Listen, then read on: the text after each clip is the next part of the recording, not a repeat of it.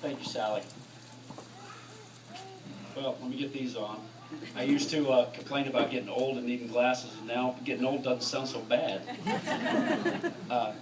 So good evening. My name is Mike Irwin, and I am a pancreatic cancer survivor.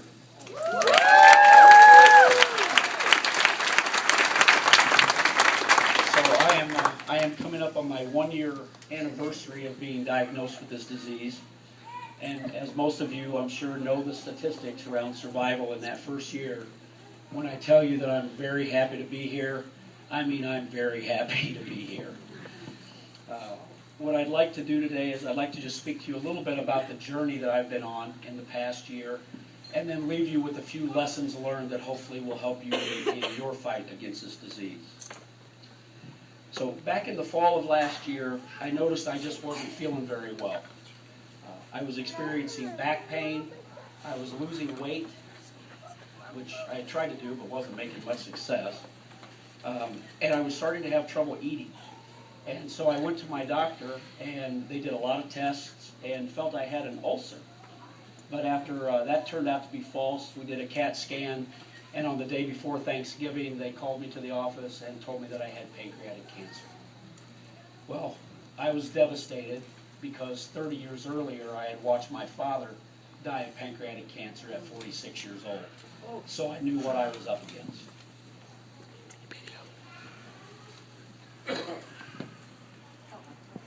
All I could think when I got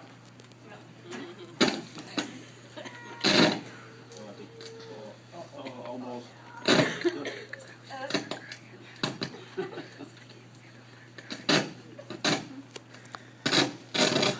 do you think? No? No. Almost? Sort of?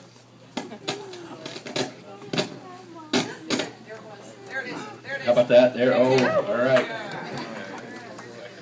Stay there. Let's try not to shake it. So the next few weeks after diagnosis were okay. Oh, there you go. All right. So the next few weeks were quite a whirlwind and quite a blur. You really don't know much about this disease. You're in shock. You don't know where or who to turn to, and so you just follow the instructions. The doctors tell you where to go. They tell you what needs to be done. And in our case, they told us what doctors to go see and who would be taking care of us. Unfortunately for me, those choices were all wrong. The doctor put me on a regimen that I just couldn't tolerate.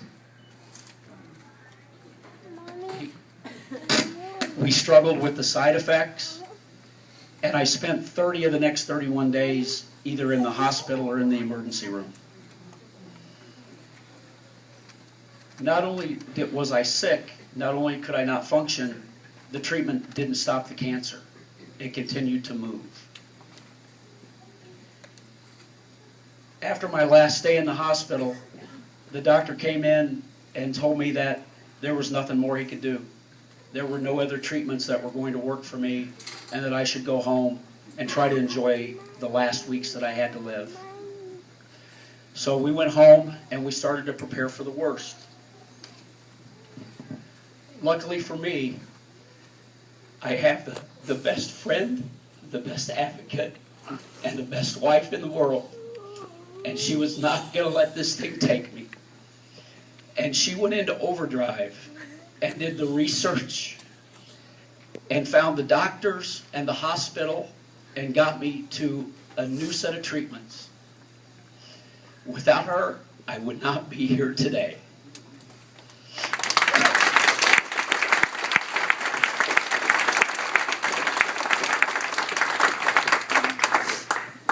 So within 2 weeks of being home, we had a new hospital, we had a new doctor, we had a new set of treatments, and we were well on our way. By this time, my CA 19-9 had risen to almost 900. I had lost over 1/3 of my body weight. And I was so sick that I couldn't dress myself. But today, after 31 treatments and going out to Johns Hopkins in Baltimore for some experimental radiation called stereotactic, I stand here in front of you and can tell you that the tumor is localized only to the pancreas. It's about half the size it was when we started, and my CA19-9 is down to 27.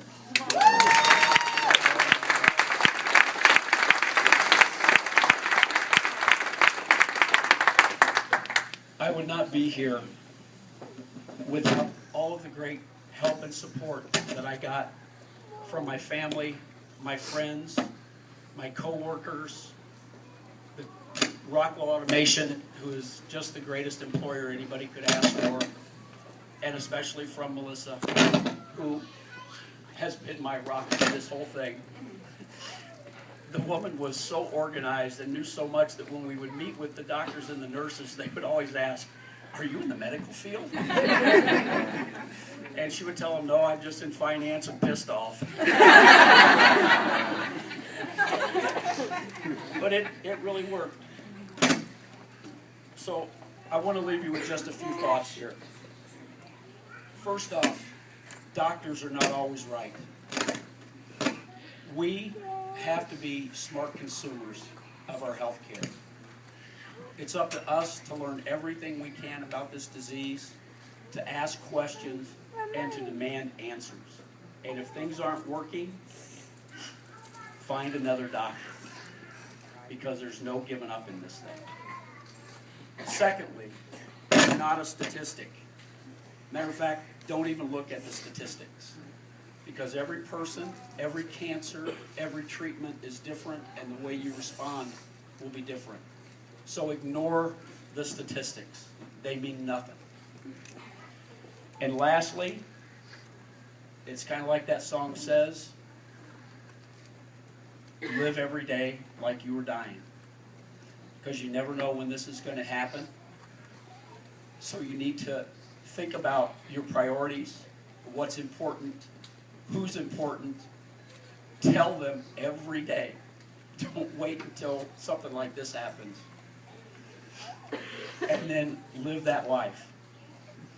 Now, Mike was up here last year, and I think he talked about doing something silly, like buying a sports car. So if you'd like to stop out and see my black Porsche 911, it's in the parking lot.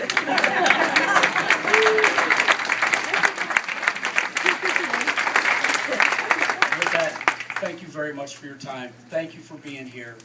Thank you for all the support that you do for your family, your friends, and whoever it is that you're supporting today. We thank you and we love you all. Good night.